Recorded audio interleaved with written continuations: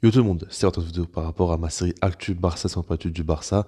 Et donc aujourd'hui, un épisode, on va essayer de trouver un petit peu de positif parce qu'en ce moment, ça va pas du tout comme on le sait au sein du club. Maintenant, je vais vraiment parler des infos qui sont positives, comme je l'ai dit, et qui vont vous faire plaisir certainement. Donc voilà, avant de commencer, à mettre un maximum de likes si vous aimez ce genre de vidéo-là. Et si vous voulez en voir plus, tout simplement, on va commencer maintenant désormais avec Erling Haaland et qu'est-ce qui se passe autour de lui. Alors, comme vous le savez très bien, maintenant le Barça joue en Europa League, le Barça est 7e en championnat, le Barça n'est pas vraiment attractif. Et ils ont un effectif où il y a beaucoup de problèmes, tout ça. Donc à partir de ce moment-là, tout le monde se dit pourquoi Haaland voudrait venir au Barça. Maintenant, le truc, c'est qu'il y a une info qui est tombée, et là, c'est pas simplement une rumeur ou quoi, c'est du concret. C'est parce que Mino Raiola, on a demandé dans quel club pourrait jouer à Londres la saison prochaine, et il a évoqué le Bayern, le Real Madrid, le Barça et Manchester City. Donc, en gros, même maintenant, là, c'est tout récent, après le fait est que le Barça soit en Europa League, il parle encore d'un possible candidat, alors qu'il n'évoque pas, par exemple, le Paris Saint-Germain. Vous voyez ce que je veux dire? Donc, même United, il ne l'évoque pas.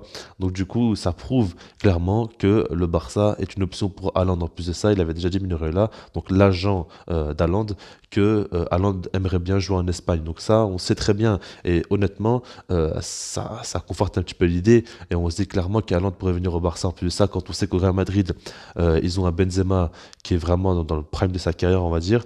À côté gauche, ils ont Vinicius qui monte en puissance et qui s'installe, mais très très très fortement à ce poste-là. Et que Mbappé va arriver. Donc on aura un trio d'attaque Benzema, Mbappé, Vinicius. Et je pense pas du tout qu'ils jouent en 4 attaquants. Donc du coup, Haaland, peut-être qu'il aura peut-être pas vraiment sa place là-bas. Je dis pas qu'il a pas de niveau ou quoi, mais vous avez compris quoi. Ça se dessine déjà très bien. Pas demander à Vinicius d'aller jouer sur le banc parce que Haaland arrive et puis même Benzema, Mbappé et Haaland sont trois joueurs qui aiment bien l'axe. Les trois ensemble, pour moi, ça ne marchera pas. Vinicius a clairement sa place dans ce attaque là. Donc du coup, je ne vois pas trop Real Madrid. Après, à City, je le vois très bien là-bas, honnêtement. Mais il faudra voir en tout cas. Qu'est-ce qui va se passer? Est-ce qu'il voudra peut-être pas jouer en Espagne comme les infos le disent? Maintenant, le truc, c'est que le Barça doit quand même améliorer sa fin de saison parce que si on reste comme ça, je pense pas non plus qu'il voudra venir.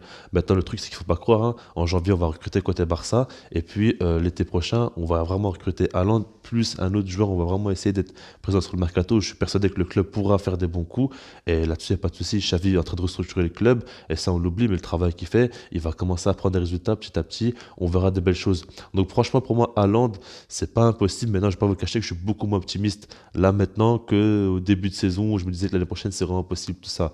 Là, ça paraît un peu plus compliqué, mais en tout cas, comme je vous l'ai dit, c'est pas impossible. Et Minerola, lui, il est très proche de la Porta et donc il aimerait bien le faire partir au Barça. Maintenant, on va passer à la dernière info. Ça concerne Ansu Fati et les infos disent qu'il sera de retour donc le 2 janvier face à Majorque et normalement il sera à 100% parce qu'en fait, ce qu'il faut dire, c'est que si jamais le nouveau médecin du Barça n'était pas arrivé, ben en gros il aurait pu déjà jouer face au Bayern Munich, parce que c'était déjà le plan prévu de base. Maintenant, quand les nouveaux médecins sont arrivés, c'est en plus un ancien qui était déjà là, bah, ils ont directement dit que non, non, c'est pas possible, et il va falloir attendre, il va falloir le faire attendre jusqu'en 2022, tout simplement, pour pas prendre de risques. Et en fait, en 2022, quand il jouera donc le 2 janvier face à Mallorca, il devrait être à 100%, donc il pourra limite jouer en tant que titulaire. Après, je pense pas qu'il sera le cas, mais vous avez compris quoi. Du coup, on a une équipe médicale maintenant qui prend beaucoup moins de risques, et c'est pour ça que je voulais vraiment en parler.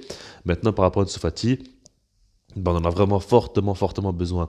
Parce que déjà, Memphis Depay, lui, il est blessé, donc il sera de retour aussi en janvier. Mais le truc, c'est qu'en fait, dans l'effectif, Ansu Fati, j'ai l'impression que c'est vraiment le seul joueur capable d'être très efficace face au but, de mettre son quota de but chaque saison. Enfin, il est vraiment très très bon au niveau de la finition, mais quand on regarde les Dembélé, les Memphis Depay, encore Depay, ça va, il peut mettre ses petits buts, tout ça, mais par rapport à son positionnement actuel, il est pas très dangereux, on va pas se le cacher. Mais voilà, quoi, c'était toujours un peu faible, quoi. Dest, si tu mets en attaque, c'est pas lui vraiment qui débute. Abdé, Ilias, tout ça, enfin, même Demir, c'est pas vraiment des joueurs qui font peur offensivement. Et Ansu Fati, lui, il fait peur, clairement. Donc on a besoin de ce profil-là. Et par exemple, à Haaland, lui, ce serait le Graal. Après, Ferran Torres, normalement, devrait arriver des spectateurs d'hiver, ça va faire aussi beaucoup de bien. Parce que lui, c'est un joueur, bon, c'est pas un grand finisseur, mais c'est un joueur qui peut claquer ses buts, tout ça.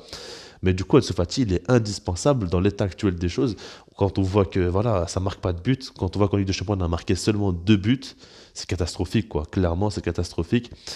Mais du coup, voilà, donc on peut trouver par rapport à Haaland, par rapport à Ansu Fati, par rapport à l'effectif aussi, pourquoi pas. Et sinon, je vous dis peace.